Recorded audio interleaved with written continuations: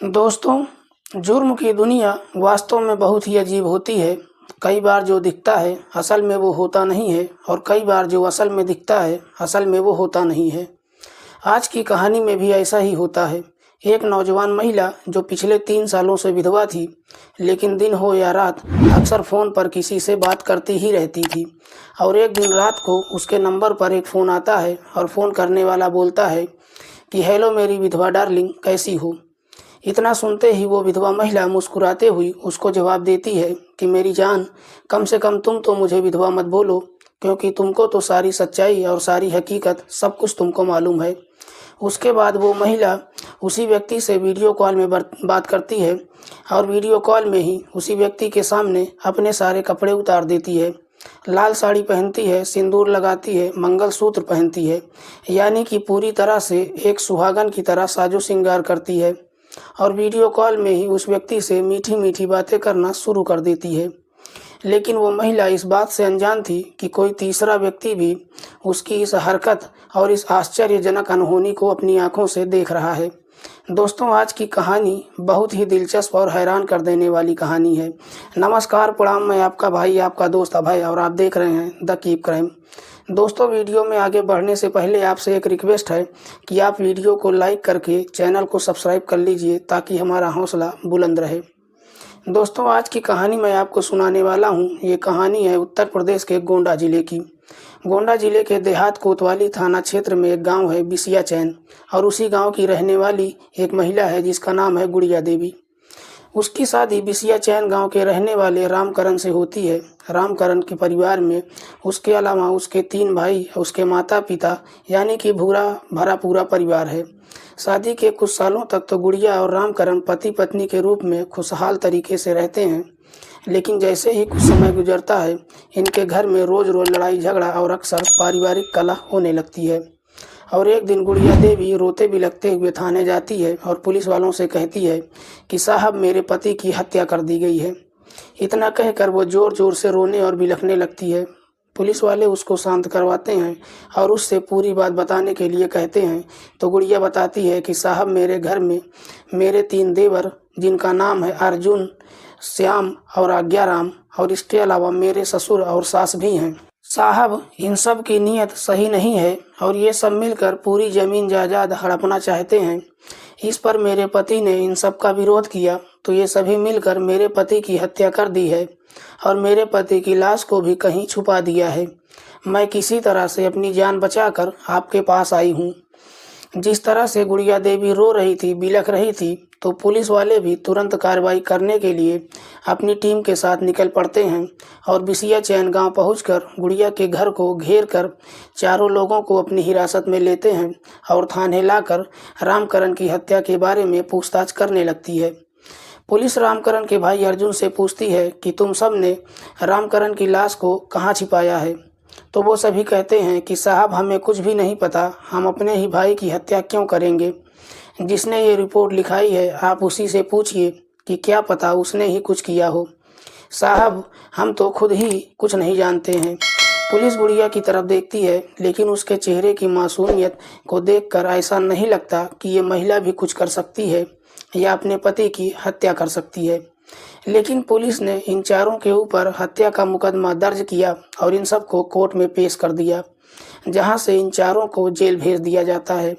इधर गुड़िया देवी तो विधवा हो जाती है और एक परिवार के 5 सदस्यों का ऐसा हाल हो जाता है कि एक की हत्या हो जाती है और उसकी हत्या के आरोप में 4 लोग जेल चले जाते हैं। इस घटना से पूरा का पूरा परिवार तबाह और बर्बाद हो जाता है। इनके रिश्तेदार और इनकी पत्नियां जेल में इन लोगों से मुलाकात करने जाती हैं, तो उसी दौरान ये चारों इनसे यही पूछते हैं कि लाश मिली कि नहीं। तो वो लोग यही जवाब देते हैं कि तुम लोग बताओ, तुमने मारकर उसकी लाश को कहाँ छिपा दिया है। इस पर ये चारों यही कहते हैं कि तुम लोग मेरी पत्नी हो, अगर हमने उसकी हत्या किया होता तो तुमको बताते कि लाश कहाँ है।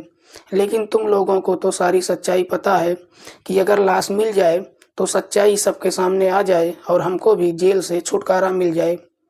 इसी दौरान गुड़िया दिन हो या रात किसी से फ़ोन पर बातें करती रहती थी। लेकिन ज़्यादातर बातें गुड़िया आधी रात के वक्त करती थी, जब घर के सारे लोग सो जाया करते थे। तो रात के सन्नाटे में कुछ आवाज़ें उसके देवर के घर वालों को भी सुनाई देती थी, क्योंकि सबका घर एक दूसरे से सटा हुआ था। एक दिन जेल में मुलाकात के दौरान ही गुड़िया देवी के ससुर ननके अपनी पत्नी से पूछते हैं कि गुड़िया कैसी है। तो इस पर ननके की पत्नी कहती है कि तुम अभी भी उसको बहू कह रहे हो, लेकिन वो तो इतनी निर्लज्ज और इतनी बेशरम औरत है कि रामकरण के मरने के बाद से ही ना जाने दिन रात किससे बात करती रहती है और काफ़ी मौज मस्ती से रहती है। फ़ोन पर बस यही कहती है कि हमारे रास्ते के सारे कांटे हट गए हैं और हमको कोई परेशान नहीं करेगा। ननके जब अपनी पत्नी से इस तरह की बातें सुनता है तो कहता है कि तुम लोग औरत हो, ज़रा उस पर ताक झाँक किया करो और ये पता करने की कोशिश करो कि वो किससे बात करती है। उस दिन के बाद से ननके की घर की दूसरी महिलाएं गुड़िया देवी पर नज़र रखना शुरू कर देती हैं। एक दिन श्याम की पत्नी खिड़की से झाँक कर देखती है कि जैसे ही रात के लगभग 12 बजते हैं तो गुड़िया के फ़ोन पर एक वीडियो कॉल आता है और गुड़िया उस व्यक्ति से बात करते करते अपनी सफ़ेद साड़ी उतार देती है, लाल साड़ी पहनती है, सिंदूर लगाती है, मंगलसूत्र पहनती है और ऐसे सजती संवरती है जैसे कोई नई नवेली दुल्हन हो।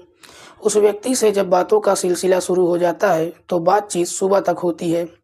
श्याम की पत्नी गुड़िया की हरकतों को तो देखती है, लेकिन उसको ये नहीं दिखता कि गुड़िया देवी वीडियो कॉल में किससे बात कर रही है।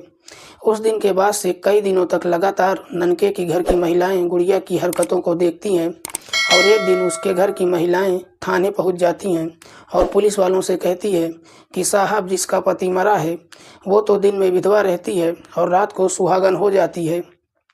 हमारे पति ने उसके पति को मारा भी तो नहीं है, लेकिन फिर भी वो सब के सब जेल में सड़ रहे हैं। आप फिर से इस मामले की जांच पड़ताल करो। इसके बाद पुलिस गुड़िया देवी को थाने बुलाती है और पूछती है कि तुम किससे बात करती हो और क्या ये सच है कि तुम रात को सुहागन की तरह श्रृंगार करती हो और वीडियो कॉल पर किसी के सामने कैसे बात करती हो। इस पर गुड़िया देवी रोते हुए कहती है कि साहब, एक विधवा का अपमान और उस पर इस तरह का इल्ज़ाम मत लगाइए। पुलिस के पास गुड़िया देवी की इन बातों का कोई जवाब नहीं था। थानेदार ने इस मामले की जानकारी गोंडा के एसपी विनीत जायसवाल को दी और कहा कि साहब, इस महिला की हत्या हो गई है और उसकी हत्या के इल्ज़ाम में उसके ही भाई और उसके ही पिता को जेल भेज दिया गया है, लेकिन लाश अभी तक नहीं मिली है और वो चारों अभी भी जेल में हैं और उसके घर की दूसरी महिलाओं का इल्ज़ाम है कि वो अभी जिंदा है। तो एसपी साहब ने गुड़िया के फ़ोन की कॉल डिटेल निकालने का आदेश दिया। पुलिस जब गुड़िया के कॉल डिटेल निकालती है तो पता चलता है कि गुड़िया गुजरात में किसी व्यक्ति से दिन रात फ़ोन पर बात करती रहती है। एसपी विनीत जायसवाल ने गुजरात जाने के लिए पुलिस की एक टीम गठित की और पुलिस की टीम उस फ़ोन के लोकेशन को ट्रेस करते करते गुजरात के कच्छ ज़िले में पहुंचती है, जहां वो व्यक्ति काम करता है। पुलिस जब उस व्यक्ति को हिरासत में लेती है तो उस व्यक्ति का चेहरा देखकर पुलिस की टीम भी एकदम से हैरान हो जाती है, क्योंकि जिस रामकरण की हत्या के जुर्म में उसके 3 भाई, उसका पिता जेल की सज़ा भुगत रहा है, वो तो जिंदा है और आराम से अपनी नौकरी भी कर रहा है। पुलिस उसको हिरासत में लेकर गोंडा के बिसिया चैन गांव में आती है। गांव वाले भी उसका चेहरा देखकर काफ़ी हैरान हो जाते हैं कि रामकरण तो जिंदा है, जबकि इसका बाप और भाई निर्दोष होते हुए भी जेल में है और इसकी पत्नी रोज विधवा का भेष बनाकर नाटक करती है। पुलिस गुड़िया और रामकरण को अपनी हिरासत में लेकर पूछताछ करती है तो पता चलता है कि घर की ज़मीन जायदाद के लालच में आकर इन दोनों पति पत्नी ने अपने ही घर के लोगों को अपने रास्ते से हटाने के लिए इन दोनों ने ये षड्यंत्र रचा है।